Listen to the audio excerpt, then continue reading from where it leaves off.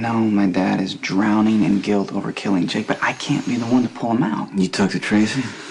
Yeah, she's tried, so has Lulu. They can't get through to him. What makes you think I'm going to be able to? I don't know. I mean, you're more objective. Besides, you guys have known each other for years, and he respects you. I've extended the same courtesy because I don't tell your dad how to live his life. No, that's not what I'm asking, Sonny. All I'm asking is that you show up for my dad so he doesn't have to keep burying his feelings at the bottom of a bottle. Luke doesn't need a friend. He needs a son.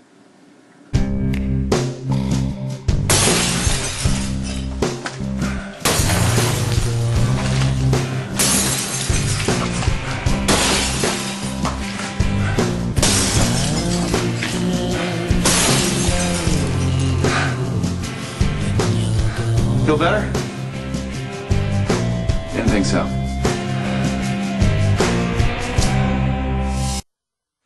I know my dad didn't mean to hit Jake, but he definitely meant to take those drinks, and who knows how many he had before he got behind the wheel. You know what? Look, I was on Lexington that night.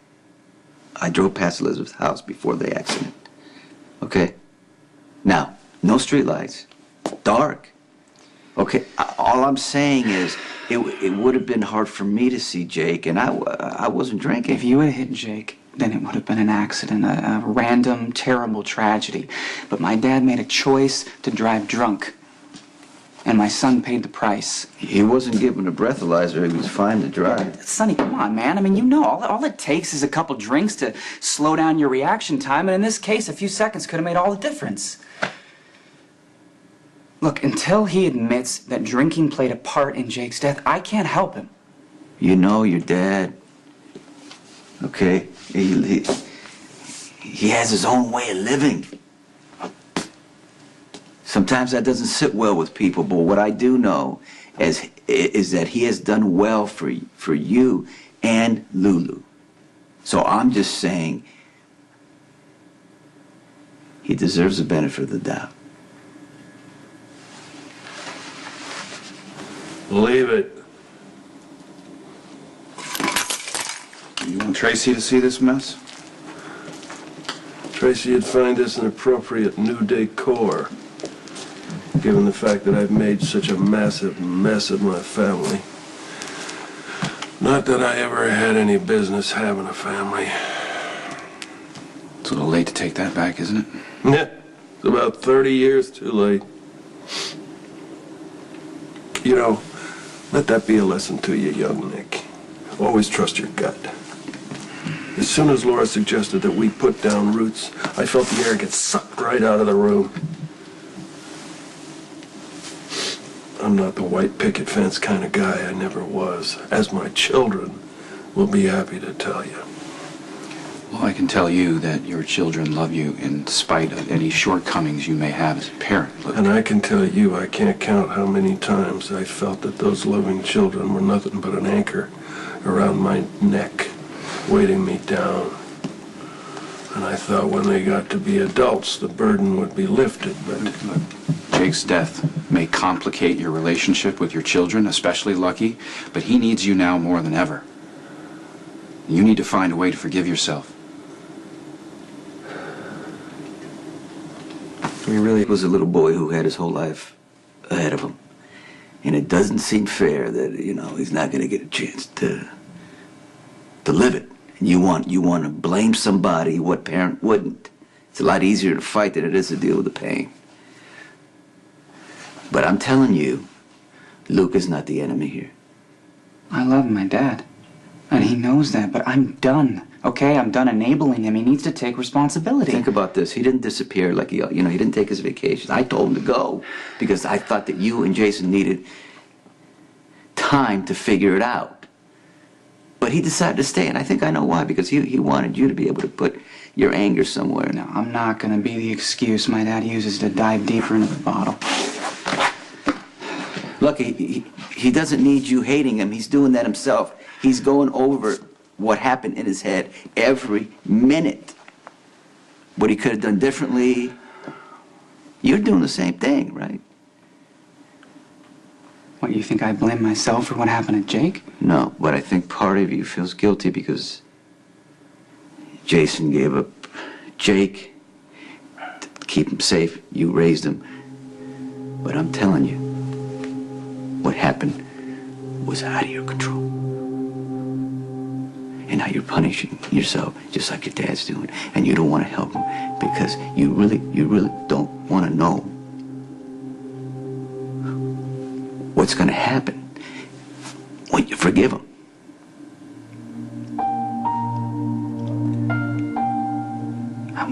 I want to be able to do that, man. I do. But right now, I can't get that image out of my head of my father throwing back a couple of shots before he got in his car and killed my son.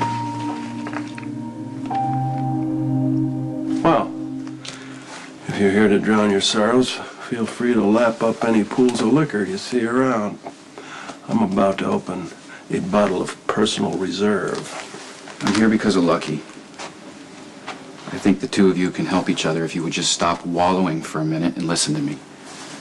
I'm not interested. Well, that's probably a good thing, as I care far less about how you fare in all of this compared to my brother. Your lack of concern for me is appreciated, and I'm sincere about that. I'm so sick of hovering and empathy. Just do something, anything, to prove that you're the man that your kids think you are. Nikolas, leopards don't change their spots. I'm sorry to disappoint you. This is who I've always been. Oh, come on. That's such nonsense.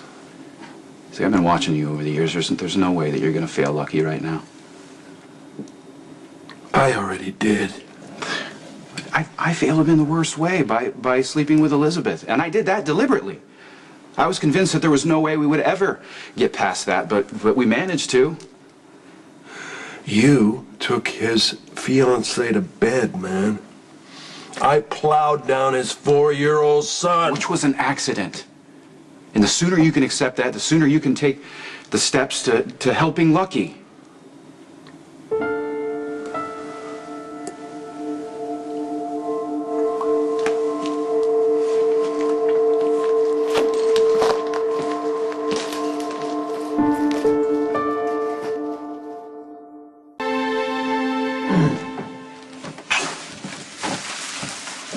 I redecorated. Comments? No. Looks good. Comments are welcome. Suggestions for cleanup, not so much. I used to hate it when I would wreck a room and some well-meaning person would come by and say stupid things trying to make it right. Yeah, well, I've had a steady stream of that. It's your place. You get to wreck it if you want, buddy. I'm pouring private reserve. You want to join me? No. I'm here for Lucky. Yeah? You wanted me to come by, see if I could help you get through your guilt? Sorry you wasted a trip. Yeah, I mean, that's what I told him, that you know, there's not much I can do. That you and Lucky need to work this out together. Yep. Yeah, email me a copy of the forensics report on the Brandon Lowell case, along with a list of all the people who were working at Vaughn's the night of the shooting. Thanks. No, I'll take the statements myself. Bye. Hey. Hey, I didn't mean to barge in any like that. I just wanted to come by and drop off some things. You don't have to do that. Have you opened your fridge lately?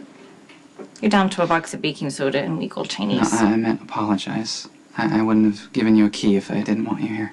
But you shouldn't have to trip over me either. I'll just put this stuff No, away. here. And I'll be on my I'll way. take it. It's fine. Just stay. I don't want to make things harder on you. You know, I happen to like having you around, Siobhan, which is a good thing since we're supposed to be getting married.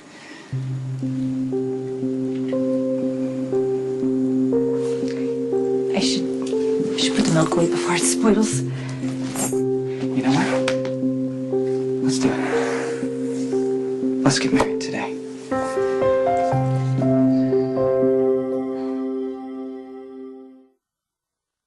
We don't need to talk about this now.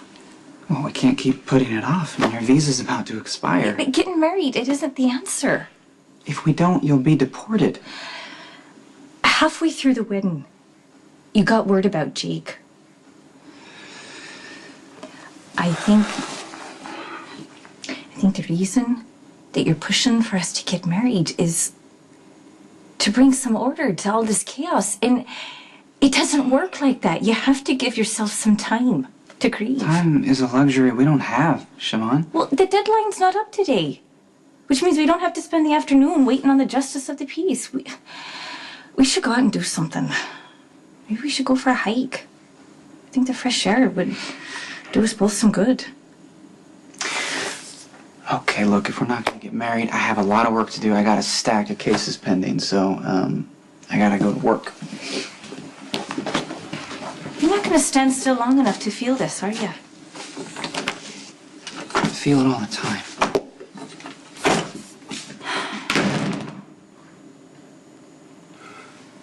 You were doing real good there for a while, not offering suggestions about something that can't be fixed, but now you're getting dangerously close to joining the chorus of Kumbaya. I believe you and Lucky can fix this. You know, work through the grief.